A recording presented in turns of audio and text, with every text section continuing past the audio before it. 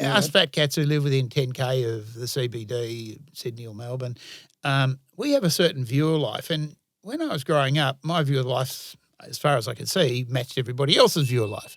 But in the last few elections, I've thought one way, and then I see everybody 10 kilometres out and further have a very different view of life. So I've misjudged it. And partly I blame COVID for that because, kids who were getting $50 a week serving pots in a pub were then getting $200 a week for sitting on their fat ass at home so they could buy some new sneakers and T-shirts and shit like that. So, okay, I look at that as buying votes. But I got a better – I'm not very good at a judge of horseflesh, to be honest. Mm-hmm. Now, this started with Kennett, to be honest. I mean, when Kennett was in opposition, I thought he was an arrogant shit. And but then when he got into power, he was autocratic, but he was definite. And he made Victoria great again.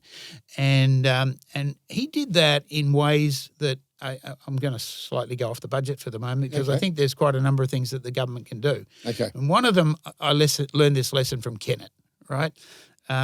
We need leaders that are strong, right? Definitive, but smart, not making stupid decisions.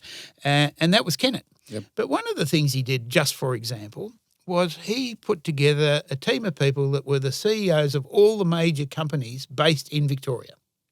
So not Woolworths, so it included, let's say, the CEO of Coles, the CEO of Ford, CEO of Microsoft in Australia. There's 20 of us. Yeah. But I committed and bonded by Victoria. Correct, only by Victoria. And he would have a breakfast every 2 months in his boardroom. There was probably 20 of us. How I got on the list, I got no idea, but I was on the list, went there for the free oranges and food. And he would come in, bound in the morning at 7 o'clock. Everybody would be there because everybody wants to tell their wife and their partner that, I'm off to see the Premier. And, of course, Jeff's the biggest larrikin you'd ever want to meet. But he'd bound in and go, right, boys, how are we today? And okay, what can we do? What do we need to do to fix the state, your business, our business? Now, a couple of things happen. First things first, the interplay, the collegial nature of those CEOs getting together. You're in the business, so this probably won't shock you, but it shocked me that most of them never talked to each other again before. No, they don't. And if I've already just mentioned a few, say, pharma companies, I don't think that Howard at Cochlear has probably talked to Mike Farrell ever. Who knows, unless they ran into each other at a Macquarie Bank conference. Exactly, at a convention.